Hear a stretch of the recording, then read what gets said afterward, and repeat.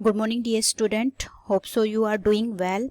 As you know, we were doing section 2 translation. In previous class, we have learnt about this, that, these, those. Now we are going to start our next topic is MR was were. Let's start our topic.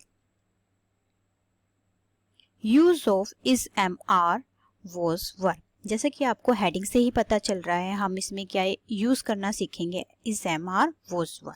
लेकिन सबसे पहले मैं आपको बता दूं is am are was were है क्या। तो बेटा दीज आर लिंकिंग वर्ब्स। ये क्या है? लिंकिंग वर्ब्स है। लिंकिंग वर्ब्स का मतलब होता है बेटा जोड़ने वाली क्रियाएं। मतलब क्या जोड़ने वाली? सब्जेक्ट को उसके रेस्ट पार्ट से जब कनेक्ट किया जाता है या लिंक किया जाता है, जिस वर्ड से लिंक किया जाता है उसे हम कहते हैं लिंकिंग वर्ब। फॉर एग्जांपल जैसे आई एम ए टीचर, तो यहाँ पर आई सब्जेक्ट है, रेस्ट पार्ट है ए टीचर। इन दोनों को जो लिंक कर रहा है वर्ड वो है एम। क्या है? एम। तो एम क्या है? लिंक कर रहा है, इसलिए इसको क्या कहेंगे हम? Linking verb. यदि आपको बोले लिंकिंग वर्ब की डेफिनेशन बताइए, ठीक है, तो आप बोलेंगे दे कनेक्ट्स द सब्जेक्ट। ये सब्जेक्ट को जोड़ती हैं विद ए वर्ड, एक वर्ड के साथ दैट गिव्स इंफॉर्मेशन, जो इंफॉर्मेशन देता है अबाउट द सब्जेक्ट, सब्जेक्ट के बारे में, सच एज ए कंडीशन और रिलेशनशिप, जैसे एक कंडीशन या संबंध हो। They don't show any action. वो क्या है? कोई एक्शन शो नहीं करते, जैसे रीड, राइट, जंप, ये सब क्या है? आपके एक्शन वर्ड है। इन्हें एक्शन, ठीक है, एक्शन वर्ड है और इन्हें हम मेन वर्ब के रूप में यूज करते हैं। जब बेटा हम कोई सेंटेंस बनाते हैं तो हमें कुछ वर्ब की नीड होती है जिसकी हेल्प से ही हमारा सेंटेंस मीनिंगफुल बनता है। ठीक है, यदि इसकी जगह मैं बोलूं आई एम ए टीचर की जगह में आई ए टीचर, क्या ये मीनिंगफुल सेंस दे रहा है? क्या ये सेंटेंस का फॉर्म है? नहीं। तो सेंटेंस का फॉर्म बनाने के लिए हमें कुछ वर्ब्स की जरूरत होती हैं। तो कुछ ये मेन वर्ब होती हैं, कुछ हेल्पिंग वर्ब होती हैं, तो कभी कभी ये लिंकिंग वर्ब का काम करती हैं। ठीक है, आइडेंटिफाई कैसे करें हम इन्हें? तो जो भी if Hindi sentences and with है, हूँ, है, हो, यदि हिंदी सेंटेंसेस है, हूँ से खत्म होता है, देन वी विल यूज, तब हम किस चीज का यूज करते हैं? इज एम आर का यूज करते हैं। If Hindi sentence and with था, थी, थे, थी से एंड होता है, तब हम किस चीज का यूज करते हैं? वॉज वर का यूज करते हैं। यदि दूसरे शब्दों की बात की जाए तो इज एम आर का यूज कहाँ होता है? जब आप प्रेजेंट सेंटेंसेस में होते हैं, मतलब जब आप प्रेजेंट सेंटेंसेस की बातें कर रहे होते हैं। और था, थे, थी, ये जो वर्ड्स हैं अंत होने वाले सेंटेंस, ये जब आप पास सेंटेंस यानी बीते हुए समय की बात करते हैं वहां पर यूज होता है। ठीक है, जैसे एग्जाम्पल मैं एक लड़की हूँ, ठीक है, या मैं एक डॉक्टर हूँ। तो यहाँ पर मैंने लिखा आई एम ए डॉक्टर, और मैं बोलूँ कि मैं एक अब डॉक्टर नहीं हूँ, तो हम बोलेंगे मैं एक डॉक्टर नहीं, मैं एक डॉक्टर थी। मैं क्या बोलूंगी? मैं एक डॉक्टर थी। तो यहाँ पे आई एम ए डॉक्टर नहीं बोलूंगी मैं, क्योंकि वो तो पास्ट की बात हो गई। तो पास्ट के लिए मैं क्या यूज करूंगी? I was a doctor. ठीक है, अब हम जान लेते हैं कि इज एम आर या वॉज वर कौन सी सब्जेक्ट के साथ लगते हैं। तो इज और वॉज बेटा आपके यूज होते हैं सिंगुलर सब्जेक्ट यानी एक वचन कर्ताओं के साथ यूज किया जाता है। एम का जो यूज है बेटा वो आई के साथ होता है, और वॉज का यूज भी आई के साथ ही किया जाता है। आर का यूज और वर का यूज वो आपका यू और जितने भी आपकी प्लूरल नाउन्स हैं उनके सब्जेक्ट्स हैं उनके साथ किया जाता है। आपको एक बात का ध्यान रखना है, यहाँ पे इस है और इस है में क्या क्या डिफरेंस है। ये बेटा सिंगुलर है और यहाँ पर अंक की बिंदु देखिए है बोला जाता है इसे। ठीक है, तो ये आपका प्लूरल है। ठीक है, इसी तरीके से ये थी का ध्यान कीजिए आप, ये थी और ये थी, इसमें भी अंक की बिंदु दिखाई दे रही है। तो जहां पर अंक की बिंदु होती है वो समझ लीजिए आपका बहुवचन यानी प्लूरल है।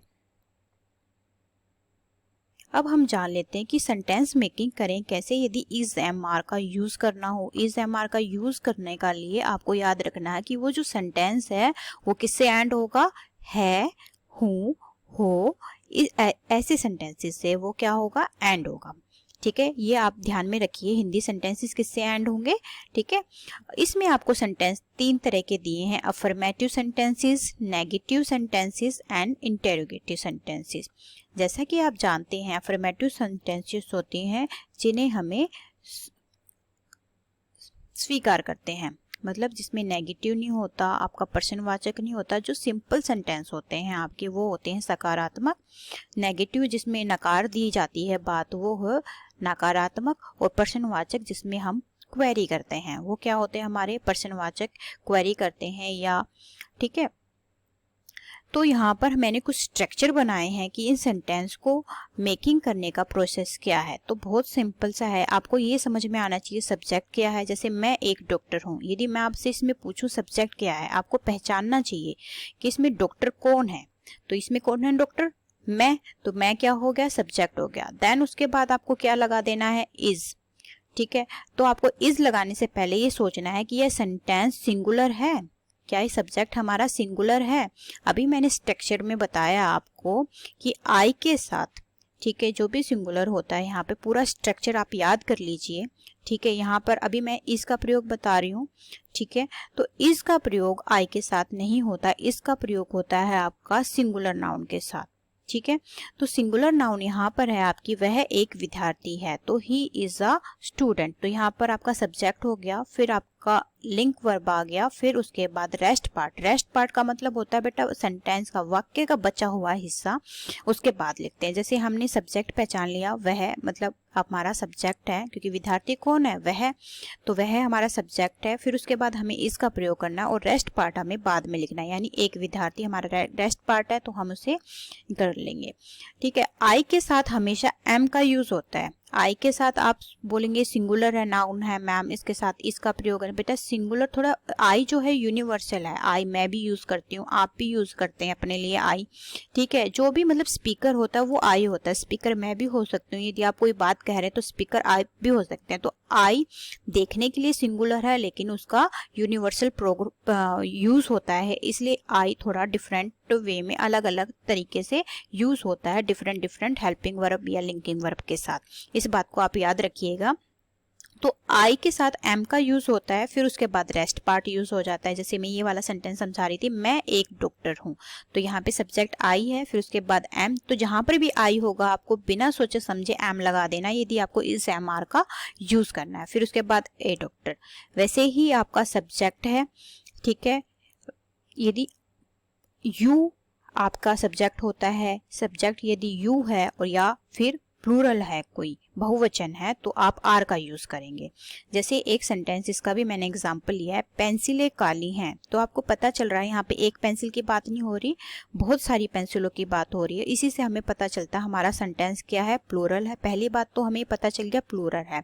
दूसरा, इसका एंड जो हो रहा है वो है से हो रहा है, इसका मतलब हमें है से हो और प्लूरल हो, तो इसका मतलब पहली बात तो है से ये पता चल रहा है इसमें इज एम आर का यूज होगा। दूसरी बात ये पता चल रही है इज एम आर में से कौन सा इज लगेगा या आर लगेगा, तो वो पता कैसे लगाएंगे, यहाँ पर प्लूरल से लगाएंगे, मतलब बहुवचन है तो इसका मतलब आर लगेगा। और फिर इसमें पहचानना है सब्जेक्ट क्या है, तो सब्जेक्ट आपने पहचान लिया, पेंसिलें हैं तो पेंसिलों को इंग्लिश में पेंसिल्स बोलते हैं, तो द पेंसिल्स आर, यहाँ पे आपने लिंक वर्ब यूज कर दिया एंड रेस्ट पार्ट बचा वो यहाँ पर लिख दिया ब्लैक। ठीक है, वैसे ही नेगेटिव सेंटेंसेस में बिल्कुल सेम स्ट्रक्चर होता है आपका, बस इसमें जो आपकी लिंक वर्ब होती है उसके बाद जस्ट हम नोट यूज करते हैं।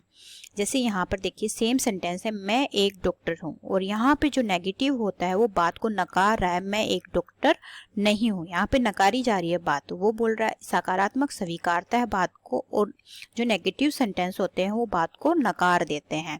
I am not a doctor, बिल्कुल सेम है, बस आपको क्या करना है, लिंक वर्ब के बाद नोट लगा देना है। तो आप इन्हें देख लीजिएगा। उसके बाद आ जाता है आपका इंटेरोगेटिव सेंटेंस। इंटेरोगेटिव में क्या होता है, प्रश्नवाचक, क्वेरी करते हैं हम, इसमें बात का ध्यान रखना है, जैसे क्या मैं एक डॉक्टर हूँ, यहाँ पे क्या की जगह आपको व्हाट यूज नहीं कर देना है। आपको क्या करना है, पहले आपको अपनी लिंक वर्ब यूज करनी है, फिर उस सेंटेंस का आपको सब्जेक्ट यूज करना है, फिर रेस्ट पार्ट यानी बचा हुआ हिस्सा सेंटेंस का फिर वो यूज करना है। जैसे क्या मैं एक डॉक्टर हूँ, आप क्या को हाइड कर दीजिए, पहले सोचिए मैं एक डॉक्टर को क्या बोलते हैं, तो आप मैं एक डॉक्टर की बहुत आसानी से बना लेते हैं आई एम ए डॉक्टर।